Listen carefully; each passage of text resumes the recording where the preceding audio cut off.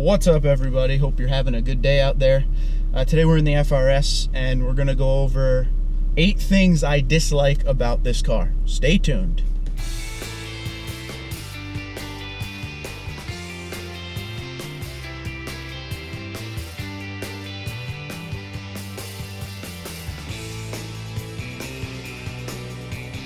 So I originally wanted to make a top 5 list, but I didn't want to hold anything back, so it turned out to be a top 8 list. So I use this car as a daily driver along with the Tundra. Lately more the Tundra because it's, you know, getting cold. There's a little bit of snow and ice now and again, things like that. But overall, you know, this car gets driven as a secondary vehicle / daily driver. So some of the things I'm going to come at you with are things I dislike about the car and things I wish the car had. But overall, I love the car to death, but you know, you got to have dislikes or else you're not trying. So let's get started. All right, so I'm going to bang through this list, stopping at each one, giving a little bit of a, you know, a follow-up on why. 1 to 8 is in no particular order. I just wrote it. So number 1 thing is headlights. I wish it had better headlights, which, you know, on the Toyota 8.6 it actually does have a lot better headlight.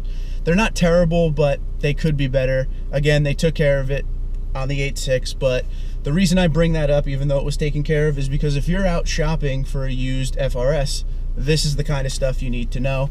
It's the end of 2016. There's still a bunch of FRSs on lots. If you look, brand new, you know, get a great deal, but this is some of the stuff you might want to know before you go and buy it.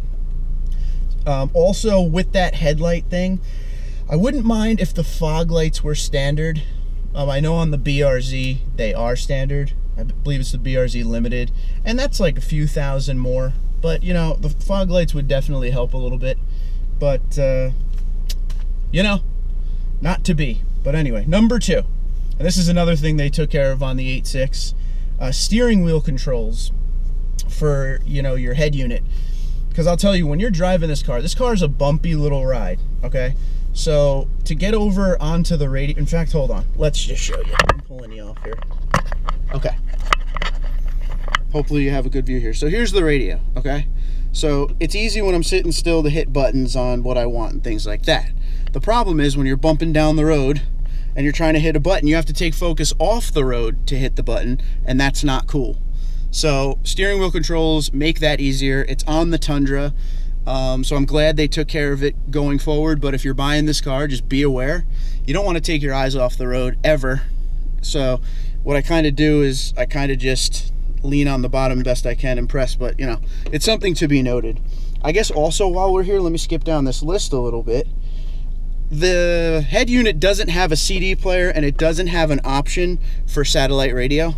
All it has is AM, FM, USB, AHA, your aux cable, or your Bluetooth audio. Which, you know, I know everybody nowadays has, you know, iPods and stuff like that, but I'm still old school, you know? I still want to play my CDs, so I wish it had that. It also won't accept an N-Tune app capability. So my Tundra has something very similar here. This is like your N-Tune Suite app or whatever, but you can download like a better app suite, and this car won't accept it. So something to note there as well. Let me put you back up here and we'll keep going. Hi. Okay. This one is more for me because I got to put some air on it. It's actually warm in Jersey today. So let's get a little air going because I'm sweating. Okay. This one's more to me. I'm sure you guys have the same, you know, idea or problem, but if you're younger, you're gonna laugh at this, but getting in and out of this car is a pain. It's a pain and it hurts. The first, you know, few days I had it, I was like, yeah, no big deal, but I feel like it's getting worse as it goes. It's a sports car, it is what it is, but it needs to be noted. It is a dislike of mine. Even my wife, when we pull in somewhere to get out, we sound like old people. You know, you're making that grunt to get out of the car, but yeah, it's a pain to get in and out of. Here's another thing that I'm going to try to pan the camera down to show you here. Okay. Come on. All right, so where this water bottle is, move that. Okay. On some models, it's actually an upgrade. There's an armrest that slides here. You have 2 cup holders that you can actually move here or here, but you have an armrest that slides. Now that doesn't come standard, and it is a pain to lean on the cup holders. So I usually lean on the e-brake, but I just wish that that armrest was standard. So that's another one of my dislikes. It was in the car that Liberty Toyota let me use to do reviews on. That had a spoiler, which this doesn't have, and it had the armrest. I really wish we had the armrest going. So that's another me thing. We already talked about no CD player. We good here? We lined up. If you see me, the sun's going down, so it's a pain.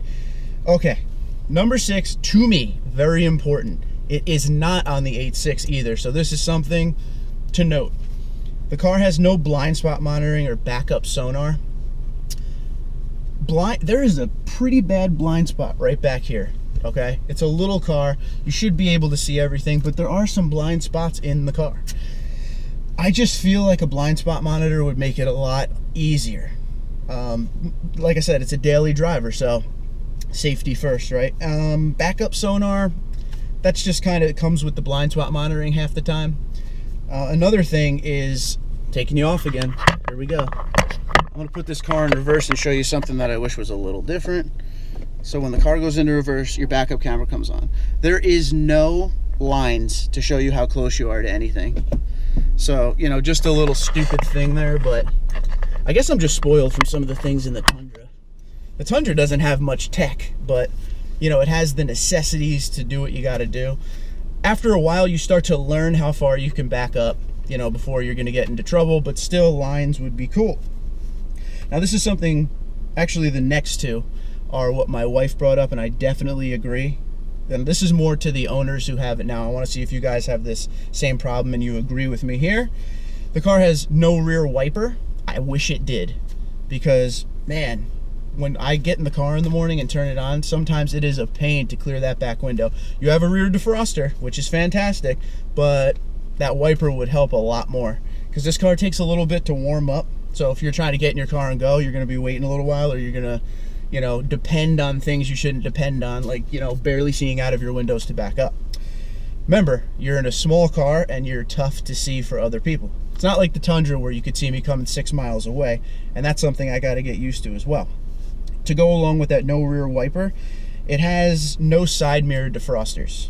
And that is, you know, something that, again, is on the Tundra, so I'm very used to. It's very, very convenient and handy, and a great thing to have. On a snowy day, or, you know, there's a lot of frost on the car, you hit the button, it takes 3 minutes, they're clear. This, you'd have to, you know, hand wipe it down, and, you know, sometimes there's a good amount of ice on there you'd have to chip away. You don't want to hurt the mirror doing that. So that's pretty much my list. So let me know what your list is. If you agree, disagree, want to add to it, whatever you got. Also, if you're watching this and you're an FRS owner, if you're a BRZ owner, 8.6, you know the whole deal. Tell your friends. We need more FRS people on this channel. So, you know, help me out. I'd appreciate it. I have a great Tundra community that, you know, we do question and answers with. We work together, and that's awesome. I want to have that with this car too, and I also, you know, I have tons of questions because I'm new to this car as well. So I want to start that same kind of love with this car that I have with the Tundra. But comment below the video, say hello. Late Merry Christmas to some of you if you didn't see my Merry Christmas wishes.